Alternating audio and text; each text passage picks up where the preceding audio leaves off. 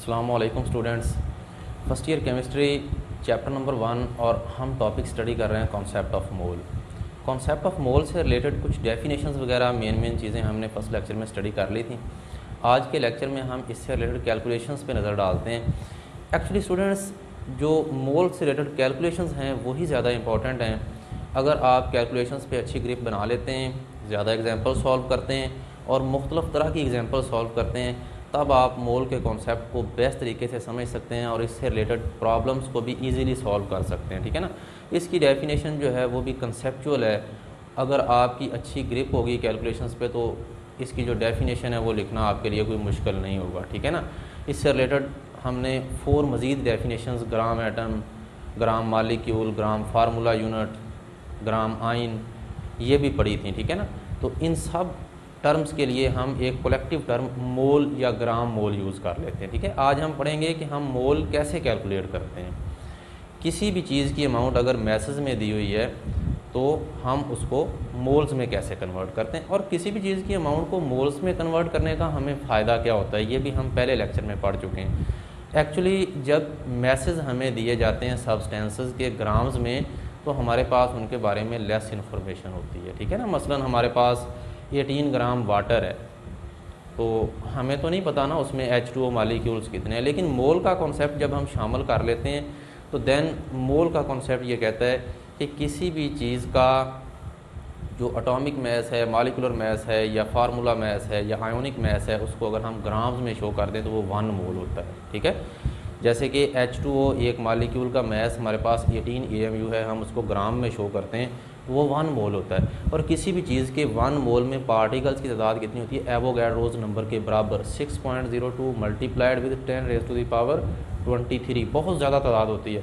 हमने first lecture में इसको काफ़ी सारी एग्जांपल्स के साथ क्लियर किया था। ठीक है ना। फर्स्ट लेक्चर का लिंक भी मैं डिस्क्रिप्शन में दे दूँगा, आप लाजमी फर्स्ट लेक्चर देखिएगा, उसके बाद ये कैलकुलेशंस आपके लिए आसान हो जाएंगी। ठीक है। तो ऐसा है कि हमने ये पढ़ा था कि 18 ग्राम वाटर हो तो वो 1 मोल है। ठीक है। 23 ग्राम सोडियम मेटल हो वो 1 मोल है। क्यों?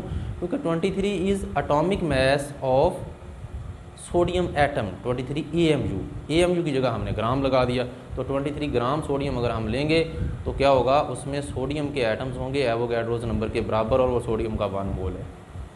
58.5 ग्राम NaCl का 1 मोल, उसमें NaCl फार्मूला यूनिट्स की तादाद एवोगैड्रोस नंबर के बराबर होती है। ठीक है।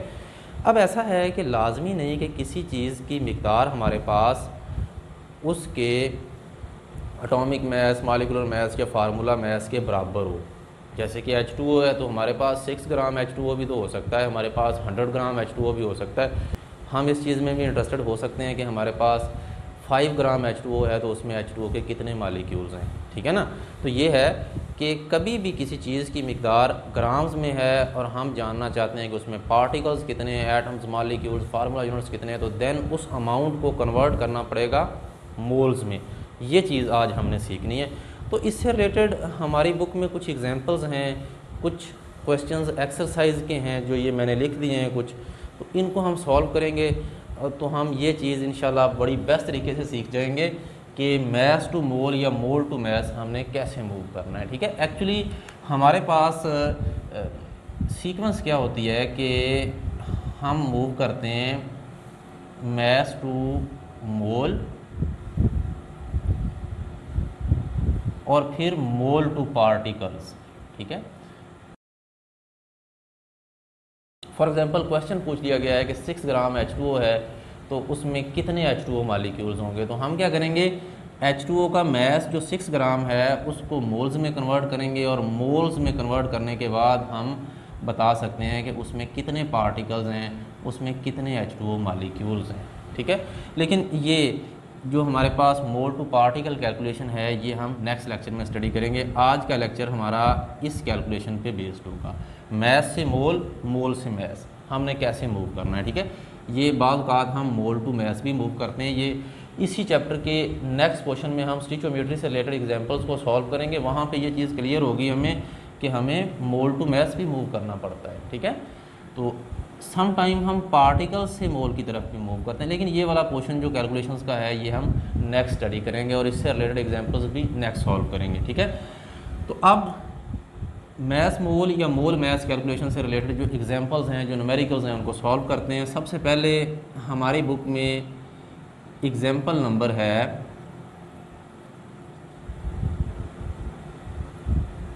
एग्जांपल नंबर 6 जो है वो इसी से रिलेटेड है। एग्जांपल नंबर 6 में क्या है जी, वो कहता है कि कैलकुलेट कर दें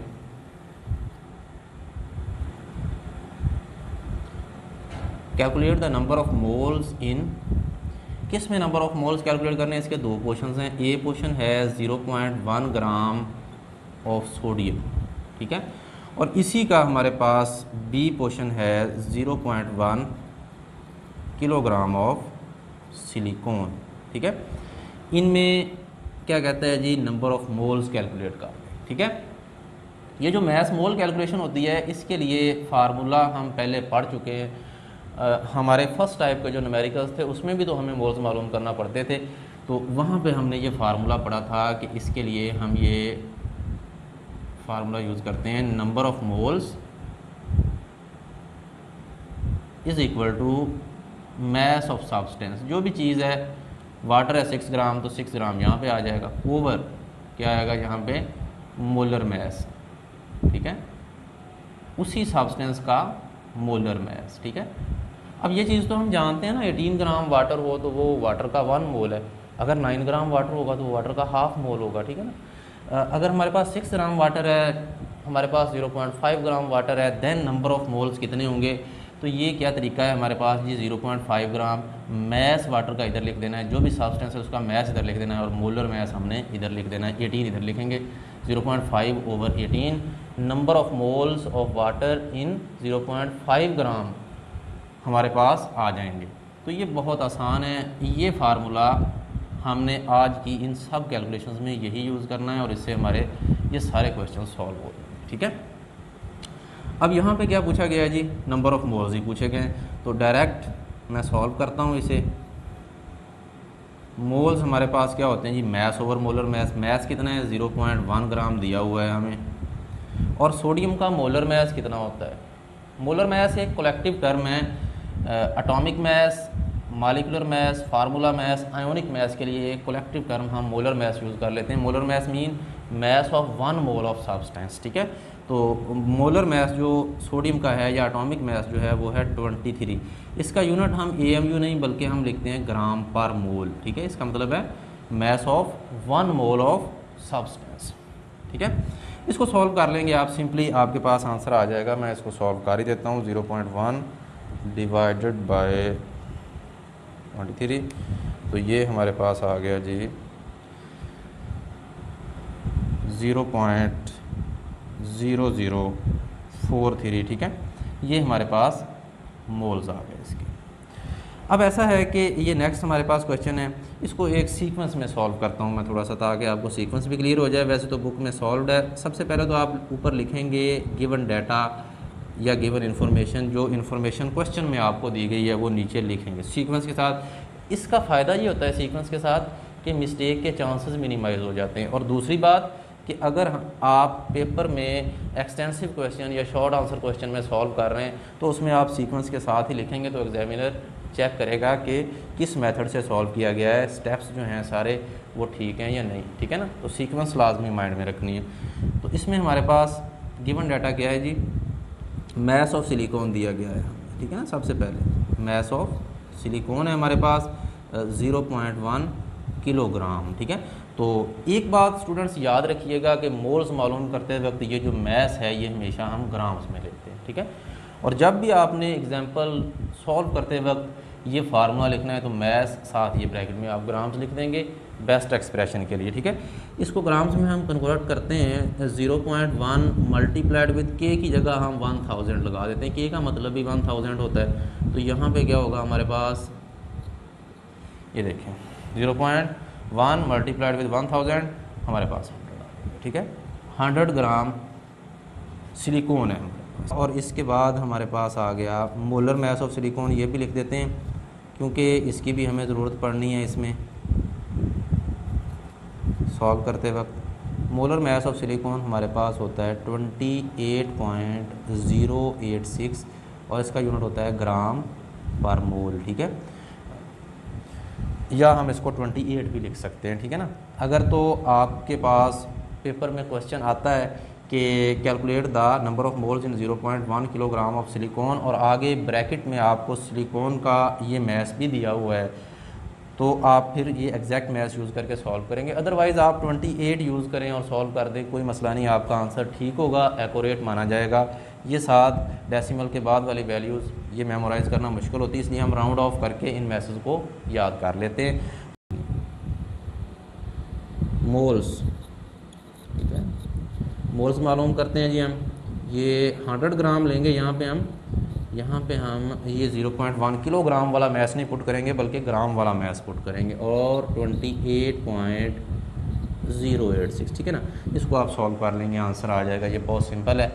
आगे हम मूव करते हैं जी इससे नेक्स्ट हमारे पास है क्वेश्चन नंबर 10 हमारी एक्सरसाइज का, और इसके ये पोर्शंस हैं A, B, E, F। इसमें कुछ मिसिंग है, जो मिसिंग है ना वो उनमें मोल पार्टिकल कैलकुलेशन भी शामिल है साथ। तो नेक्स्ट जब हम ये कॉन्सेप्ट पढ़ेंगे मोल पार्टिकल कैलकुलेशन का, तो देन हम वो वाले जो मिसिंग है वो भी सॉल्व कर लेंगे। फ़िलहाल ये मैथ्स मोल कैलकुलेशन से रिलेटेड है, इनको हम सॉल्व करते हैं, ठीक है। तो सबसे पहले हमारे पास यहाँ पे है, सबसे पहले हमारे पास है जी क्वेश्चन नंबर A, इसी को सॉल्व करते हैं हम। Mass in grams of 2.74 mole of KMnO4, ठीक है। अब सीक्वेंस आपको पता चल गई है, जस्ट मैं इनको अब सॉल्व करता हूँ। तो सबसे पहले तो आप लिखेंगे जी मैस ऑफ KMnO4, ठीक है। आपके पास KMnO4 का मैस कितना है जी, मैस तो पूछा गया है, ठीक है। उसके बाद मोल्स ऑफ KMnO4, ठीक है। मोल्स कितने हैं हमारे पास 2.74, जैसे स्टेटमेंट है उसी सीक्वेंस में मैंने ये लिख दिया। इस कैलकुलेशन के लिए हमें ज़रूरत पड़नी है इसके मोलर मैस की, उसका भी जिक्र कर लेते हैं। मोलर मैस ऑफ KMnO4, ठीक है। इसका मोलर मैस हम कैलकुलेट करते हैं। पोटाशियम का एक एटम है इसमें, और पोटाशियम के एक एटम का मैस होता है 39। उसके बाद है मैंगनीज़ के एक एटम का मैस हमारे पास होता है 55, और उसके बाद है जी ऑक्सीजन, और ऑक्सीजन के एटम्स हैं 4, ठीक है। ये हमारे पास आ गया 39 प्लस 55 प्लस ये हमारे पास आ जाएगा 64, ठीक है। अब इनको हम ऐड अप कर लेते हैं, तो देखते हैं जी क्या आंसर बनता है। 39 प्लस 55 प्लस 64, ठीक है। ये हमारे पास आ गया 158 इसका मोलर मैस, ठीक है। अब देखें मैस पूछा गया है, मोल्स भी हमारे पास हैं और मोलर मैस भी है, तो फार्मूला हमारे पास यही लगेगा, number of moles is equal to mass over molar mass. आप सॉल्व करते वक्त नीचे फार्मूला लिखें, एज वी नो फार्मूला लिखें, फिर वैल्यूज़ पुट करें और सीक्वेंस के साथ सॉल्व कर दें, ठीक है। मैं डायरेक्ट वैल्यूज़ पुट कर देता हूँ। नंबर ऑफ़ मोल्स हमारे पास जो हैं वो इधर लिख देता हूँ मैं, 2.74 है जी नंबर ऑफ़ मोल्स, और मैस ऊपर है, ये हमने करना है मालूम, और मोलर मैस इधर आ जाएगा 158। अब क्या करते हैं जी, इसको इधर ले आते हैं, तो हमारे पास ये क्या बन गया, mass is equal to 2 multiplied with 158, ठीक है। तो हमारे पास 2.74 मल्टीप्लाइड विद 158, ये आ गया जी हमारे पास 432.92। ये हमारे पास आंसर आ गया। और याद रखिएगा ये जो मैथ्स हमारे पास होता है ये ग्राम्स में होता है, तो यहाँ पे जो यूनिट है वो ग्राम आप साथ इसके लिख देंगे, ठीक हो गया। ये हमारे पास इसका ए क्वेश्चन हमने सॉल्व कर दिया। अब इसके बाद हम सॉल्व करते हैं जी इसी का नेक्स्ट क्वेश्चन नंबर बी हमारे पास है, ठीक है। क्वेश्चन नंबर बी में क्या है, moles of oxygen atoms in 9 gram of magnesium nitrate, ठीक है। अब अगर तो पूछा होता मोल्स ऑफ मैग्नीशियम नाइट्रेट इन 9 ग्राम, कि हमारे पास मैग्नीशियम नाइट्रेट के 9 ग्राम हैं, तो वो मैग्नीशियम नाइट्रेट के उसमें कितने मोल्स होंगे। लेकिन मैग्नीशियम नाइट्रेट के नहीं बल्कि ऑक्सीजन एटम्स के मोल पूछे गए हैं, ठीक है। तो ये थोड़ा सा हमें यहाँ पे ये ट्रिकी है। क्या करना है हमने, ये जो मैग्नीशियम नाइट्रेट का मैस है इससे हम मैग्नीशियम नाइट्रेट के मोल्स मालूम करेंगे और जितने मोल्स मैग्नीशियम नाइट्रेट के होंगे उनको मल्टीप्लाई करेंगे 6 से, तो हमारे पास ऑक्सीजन एटम्स के मोल्स आ जाएंगे। क्यों? क्योंकि एक मैग्नीशियम नाइट्रेट यूनिट में ऑक्सीजन एटम 6 हैं। ठीक है, अभी सॉल्व करते हैं, मज़ीद क्लियर हो जाएगा। तो इसमें हमारे पास डाटा है जी, सीक्वेंस के साथ ही सॉल्व करेंगे इसे भी। मैस ऑफ मैग्नीशियम नाइट्रेट हमारे पास है जी 9 ग्राम। ठीक है, अब इसके बाद हमें इसके तो मोलर मैस की भी ज़रूरत पड़ेगी जब हमने इसके मोल्स मालूम करने हैं। तो मोलर मैस इसका हम यहाँ कैलकुलेट कर लेते हैं। मोलर मैस दिया गया नहीं होगा केसेस में, मोलर मैस आप उसके फार्मूला से कैलकुलेट करेंगे। ठीक है, तो molar mass of magnesium nitrate, ठीक है, मोलर मैस कैसे आएगा, 24 एक मैग्नीशियम एटम का मैस प्लस हमारे पास इसमें नाइट्रोजन एटम्स कितने, ऑक्सीजन एटम्स कितने। एक्चुअली मैग्नीशियम नाइट्रेट में एक मैग्नीशियम है +2 और 2 इसमें यूनिट्स हैं NO3 नेगेटिव। NO3 नेगेटिव जो है नाइट्रेट आयन्स इसमें 2 हैं। नाइट्रेट आयन -1 होता है, तो ये 2 नाइट्रेट आयन है -1 -1 और ये +2 अकेला, इस तरह से ये न्यूट्रल हो गया। ठीक है ना, बाकी हमने तो इसका मोलर मैस कैलकुलेट करना है, तो ये इस एक एटम का मैस तो हो गया 24, बाकी NO3 यूनिट्स 2 हैं और एक NO3 यूनिट में एक नाइट्रोजन एटम है, तो 2 NO3 यूनिट्स जो हैं उनमें मिला के हमारे पास 2 नाइट्रोजन एटम्स हो जाएंगे। तो दोनों का मिला के मैस हो जाएगा हमारे पास 28, क्योंकि एक नाइट्रोजन एटम का मैस 14 है, यानी ये ऐसे है हमारे पास। और NO3 नेगेटिव ये 2 यूनिट्स हैं, ये मैग्नीशियम नाइट्रेट। ठीक है, तो नाइट्रोजन एटम्स इसमें 2 हैं, ऑक्सीजन एटम्स कितने हैं, 3 यहाँ पे 3 यहाँ पे। ठीक है, 6 हो गए ना, 2 NO3 यूनिट्स में मिला के हमारे पास 6 ऑक्सीजन एटम्स हैं, तो प्लस ऑक्सीजन की एक एटम का मैस 16 होता है, मल्टीप्लाइड विद 6 आ जाएगा। ठीक है, तो इस तरह से ये कैलकुलेट करेंगे हम। 24 + 28 प्लस ये हमारे पास आ गया जी 36 और 96 आ गया। ठीक है,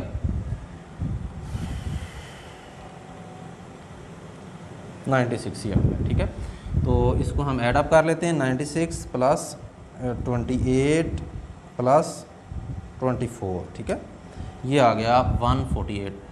स्टूडेंट्स याद रखिएगा, ये कैलकुलेशंस करते वक्त आप ये जो है इनको कैलकुलेटर जब यूज़ करते हैं तो लाजमी रीचेक कर लें। ठीक है, इसमें मिस्टेक हो सकती है तो एंड पे आंसर पे फिर इफ़ेक्ट होगा, तो ये थोड़ा सा इनको केयरफुली आप कैलकुलेशंस को परफॉर्म करें। ठीक है ना, तो आपके आंसर्स बुक से मैच कर जाएंगे फिर। ठीक हो गया जी, ये हमारे पास आ गया। उसके बाद हमारे पास है मैस आ गया, मोलर मैस आ गया। अब हमारे पास सीक्वेंस क्या है कि हमने मैग्नीशियम नाइट्रेट के मोल्स मालूम करेंगे और फिर ऑक्सीजन एटम्स के मोल हम मालूम करेंगे। डायरेक्ट ऑक्सीजन एटम के मोल्स हम नहीं बता सकते, तो यहाँ पे सीक्वेंस में यार लिखेंगे मोल्स ऑफ मैग्नीशियम नाइट्रेट। ठीक है, इसके मोल्स पहले मालूम कर लें। कैसे आते हैं जी moles, mass over molar mass. Mass है 9 और मोलर मैस है हमारे पास 148 और ये मोल्स हमारे पास यहाँ पे आएंगे।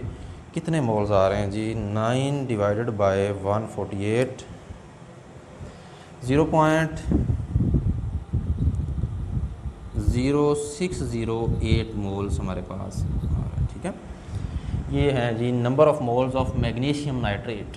अब एक मैग्नीशियम नाइट्रेट का जो यूनिट है उसमें 6 ऑक्सीजन एटम्स हैं, तो जितने मोल्स इसके आए हैं उसको आप 6 से मल्टीप्लाई कर दें, आपके पास number of moles of oxygen atom, oxygen atom के मोल्स आ जाएंगे जो उसने पूछे हुए हैं। ठीक है, तो यहाँ पे moles of oxygen atoms, oxygen atom के मोल्स हमारे पास हैं 0.0608 मल्टीप्लाइड विद 6। ठीक है, तो ये हमारे पास आ गया जी 0.0608 मल्टीप्लाइड विद 6, 0.3648 मोल्स। ठीक है, ये number of moles of oxygen atom हमने कैलकुलेट कर। ठीक हो गया जी, क्लियर हो गया जी।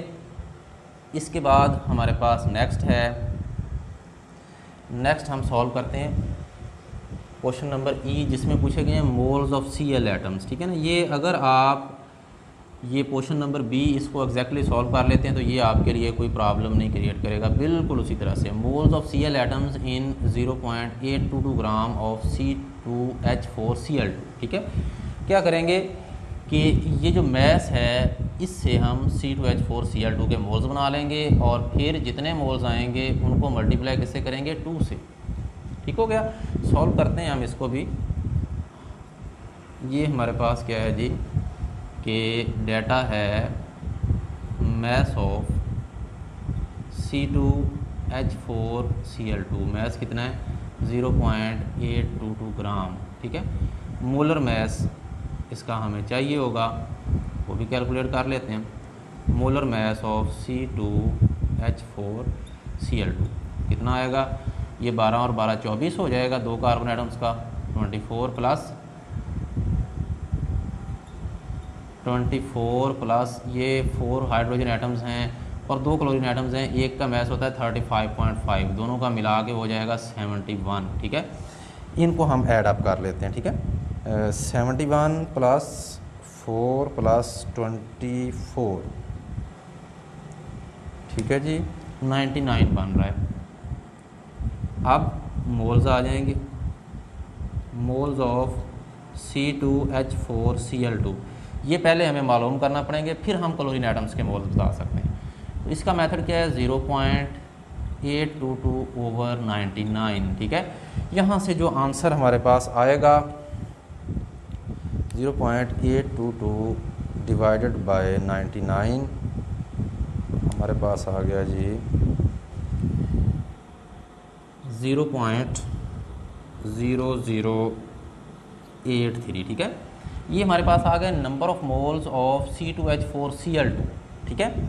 अब क्या करेंगे, अब इन नंबर ऑफ़ मोल्स को हम किससे मल्टीप्लाई करेंगे, 2 से मल्टीप्लाई करेंगे, क्योंकि मोल्स ऑफ क्लोरीन एटम्स पूछे गए, ठीक है। तो मोल्स ऑफ Cl एटम्स के मोल पूछे गए, तो क्या करेंगे जी, हम इसी वैल्यू को 0.0083 मल्टीप्लाइड विथ 2 कर देंगे और हमारे पास क्या आ जाएगा, आंसर आ जाएगा 0083 मल्टीप्लाइड विद 2। तो ये हमारे पास आ गया जी 0.0166, ठीक है। Number of moles of Cl atoms हमने कैलकुलेट कर लिए हैं, ठीक है ना। यहाँ पे ये भी पूछा जा सकता था कि calculate the number of moles of hydrogen atoms in C2H4Cl2, ठीक है ना। तो अगर ये पूछे जाते number of moles of hydrogen atoms, तो हम क्या करते, हम मोल्स ऑफ C2H4Cl2 मालूम करने के बाद ये चीज़ जब हमारे पास आ जाती है उसको हम 4 से मल्टीप्लाई करेंगे तो number of moles of hydrogen atoms आ जाएंगे, ठीक है। अगर हम 2 से मल्टीप्लाई करते हैं तो number of moles of Cl atoms आ गए, क्योंकि एक यूनिट में 2 Cl एटम्स हैं और इसमें 4 हाइड्रोजन एटम्स हैं और इसमें 2 ही कार्बन एटम्स हैं, ठीक है। इसमें number of moles of carbon atoms जो हमारे पास हैं वो भी इतने ही आएंगे, लेकिन number of moles of hydrogen atoms अगर पूछे जाते तो यहाँ पे हम 4 से मल्टीप्लाई करते, ठीक है। तो ये चीज़ क्लियर हो गई।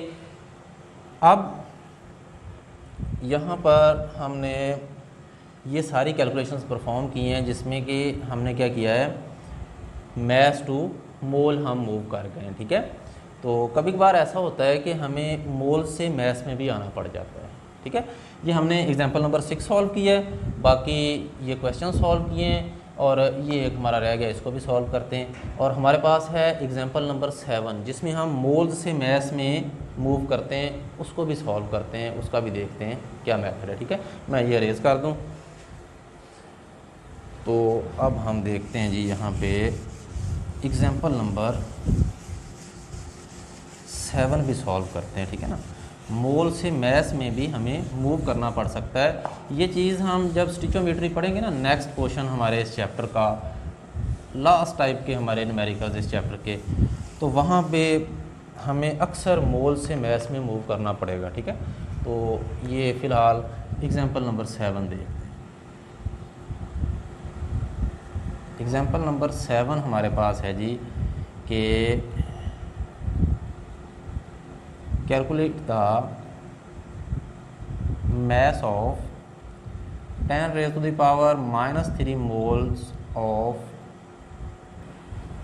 Magnesium sulphate MgSO4। ठीक है, यहाँ पे क्या किया गया है, मोल्स दे दिए हैं और मैस हमने मालूम करना है। तो इसमें भी आप ऊपर लिख लेंगे गिवन डाटा उसी तरह से और सीक्वेंस में सॉल्व करेंगे। आप लिखेंगे जी मोल्स आपको दे दिए गए हैं, मोल्स ऑफ MgSO4 आपके पास कितने हैं, 10 raised to the power -3 और मैस ऑफ MgSO4 पूछा गया है और इसके लिए हमें ज़रूरत पड़नी है मोलर मैस की। मोलर मैस ऑफ MgSO4 ये हम मालूम कर लेते हैं। एक मैग्नीशियम एटम का मैस 24 है, एक ही सल्फ़र एटम है इसमें, उसका मैस है 32 और ऑक्सीजन एटम्स हैं 4, तो एक एटम का मैस 16 होता है, 16 मल्टीप्लाइड विद 4। तो ये हमारे पास आ गया जी 24 + 32, ये हो जाएगा हमारे पास 64। और यहाँ पे अब हम देखते हैं जी 24 + 32 + 64, ठीक है, 120 आ गया हमारे पास ये, और इसका यूनिट ग्राम पर मोल होता है। ठीक है, अब हमने क्या करना है, मैस मालूम करना है। तो आप सीक्वेंस में सॉल्व करते हुए लिखेंगे यहाँ पे एज़ वी नो, ठीक है, एज़ वी नो, और यहाँ पे आप लिख दें formula moles is equal to mass in grams over molar mass. ठीक है, ये सीक्वेंस जिस तरह आपने पेपर में सॉल्व करना है इस सीक्वेंस के साथ। ठीक है, फार्मूला भी लिखेंगे, उसके बाद वैल्यूज़ पुट करेंगे। मोल्स कितने हैं, 10 raised to the power -3 और हमारे पास मैस कितना है जी, ये तो हमने मालूम करना है मैस, और मोलर मैस कितना है 120। अब क्या करना है जी, इसको इधर ले आते हैं हम, तो हमारे पास मैस आ जाएगा। बहुत सिंपल है, mass is equal to 10 raised to the power -3 multiplied with 120। ठीक है, ये 10 raised to the power -3 है तो बहुत सिंपल है, यहाँ पे इसके डेसिमल है तो इसको आप 1 2 3 इधर मूव कर दें, 3 पॉइंट्स डेसिमल को मूव कर दें, 0.12, और इसमें हमारे पास क्या आ जाएगा, यूनिट क्या आएगा मैस के साथ, ग्राम्स, क्योंकि यहाँ पे मैस जो है वो ग्राम्स में हमें दिया गया। ठीक है, तो ये चीज़ है। ये हमारे पास यहाँ पे ये भी इसी तरह की थी, ये हमने जो सॉल्व की है। बाकी ये एग्जांपल नंबर 7 भी इस तरह से है। और यहाँ पे एक क्वेश्चन हमारे पास ये जो F है ये भी देख ही लेते हैं, इसमें क्या चीज़ पूछी गई है जी। इसमें हमारे पास है mass in grams of 5.136 mole of silver carbonate. ठीक है, ये बिल्कुल इसी तरह से सॉल्व होना है जिस तरह से हमने ये एग्जांपल नंबर 7 सॉल्व की है। आप ऊपर लिखेंगे मोल्स ऑफ सिल्वर कार्बोनेट इतने मोल्स हैं, मैस ऑफ सिल्वर कार्बोनेट हमने मालूम करना है, molar mass of silver carbonate ये आप कैलकुलेट करेंगे, और फिर क्या करेंगे जी, फिर आप एज़ वी नो फार्मूला लिखेंगे। यहाँ पे मोल्स आपके पास दिए गए हैं, ये वैल्यू आ जाएगी, और यहाँ पे आ जाएगा इसका मोलर मैस। अभी हम इसका मोलर मैस तो कैलकुलेट करते हैं, और आप क्या करेंगे, इसी तरह से इसको इधर ले आएंगे, आपके पास मैस आ जाएगा जो कि ग्राम्स में होगा। ठीक है, इसका मोलर मैस हम कैलकुलेट कर लेते हैं।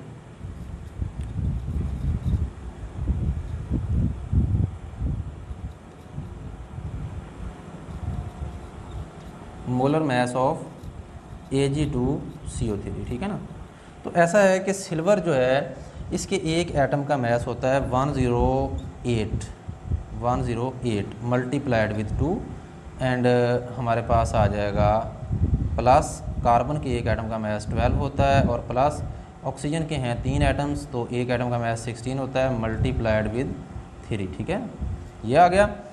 इसको आप सॉल्व कर लें, ये आ गया जी 108 मल्टीप्लाइड विद 2, हमारे पास multiplied with 2 216 plus 12 carbon atom का मैस, और ये हमारे पास 48 आ जाएगा, 16 मल्टीप्लाइड विद 3। इन सब को ऐड अप कर देते हैं, सिंपली हमारे पास क्या आ जाएगा जी, molar mass of silver carbonate 216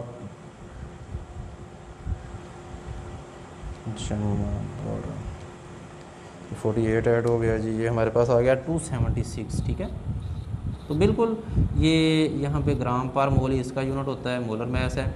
तो ये बिल्कुल एग्जांपल नंबर 7 की तरह ही सॉल्व होना है। जस्ट क्या है कि यहाँ पे इसके मोल्स आ जाएंगे हमारे पास 5.136 और यहाँ पे आ जाएगा 276 इसका मोलर मैस। आप दोनों को मल्टीप्लाई करेंगे आपके पास मैस ऑफ सिल्वर कार्बोनेट आ जाएगा। और ये कैलकुलेशंस हैं, ये आप परफॉर्म करेंगे, आपकी अच्छी ग्रिप बन जाएगी इस पर। ये MCQs में भी पूछी जाती हैं। तो इन कैलकुलेशंस को जब MCQs के लिए आपने सॉल्व करना है तो आपके पास बहुत थोड़ा टाइम होता है। शॉर्टली आपने ये कैलकुलेशन से डायरेक्ट फार्मूला लगा के आपने सॉल्व करनी होती हैं।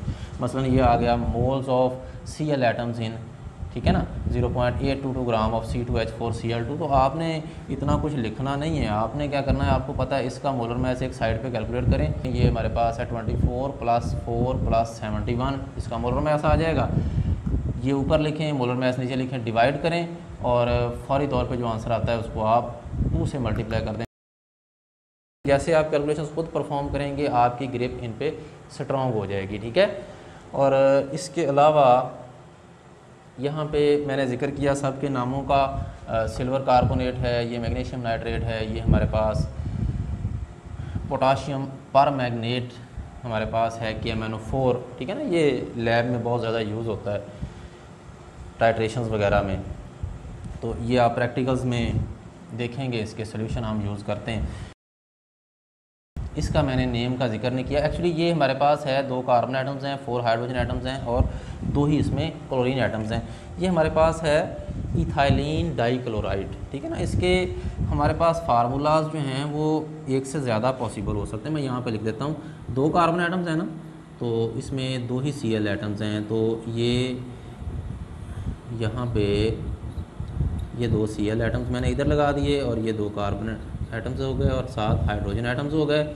ये इसका फार्मूला हो सकता है। ये इनको हटा दें हम तो ये होता है इथाइलिन और ये है डाइक्लोराइड। इसको हम कहते हैं विजिनल डाइहैलाइड्स भी कहते हैं, विजिनल डाइक्लोराइड्स। ये 10th की केमिस्ट्री में आपने इनको यूज़ किया था अल्कीन की सिंथेसिस के लिए, ठीक है ना। तो ये इसका एक और फार्मूला पॉसिबल ये भी हो सकता है कि H इधर और बाकी देखिए ना 4 हाइड्रोजन है ना, तो वो ऐसे लगा के तो Cl दोनों एक ही कार्बन पे लगा दिए। तो ये 2 इसके पॉसिबल स्ट्रक्चरल फार्मूलाज हैं। ये विजिनल डाइक्लोराइड्स हैं, ये जेमिनल डाइक्लोराइड्स हैं। ये सेकंड ईयर की केमिस्ट्री में ज़्यादा इनकी डिटेल है, बाकी आपने तो कैलकुलेशंस ही परफॉर्म करनी है, थोड़ा सा मैंने एडिशनल बताया है। बाकी इंशाल्लाह नेक्स्ट हम पार्टिकल से रिलेटेड जो कैलकुलेशंस हैं वो नेक्स्ट लेक्चर में हम देखेंगे। एवोगाड्रोस नंबर का कॉन्सेप्ट स्टडी करेंगे और उसके साथ ही हमारी सेकंड टाइप के जो न्यूमेरिकल्स हैं ना इस चैप्टर के, जो कि पार्टिकल्स, मोल्स, मैस कैलकुलेशन से रिलेटेड हैं, वो हमारे कवर हो जाएंगे, ठीक है।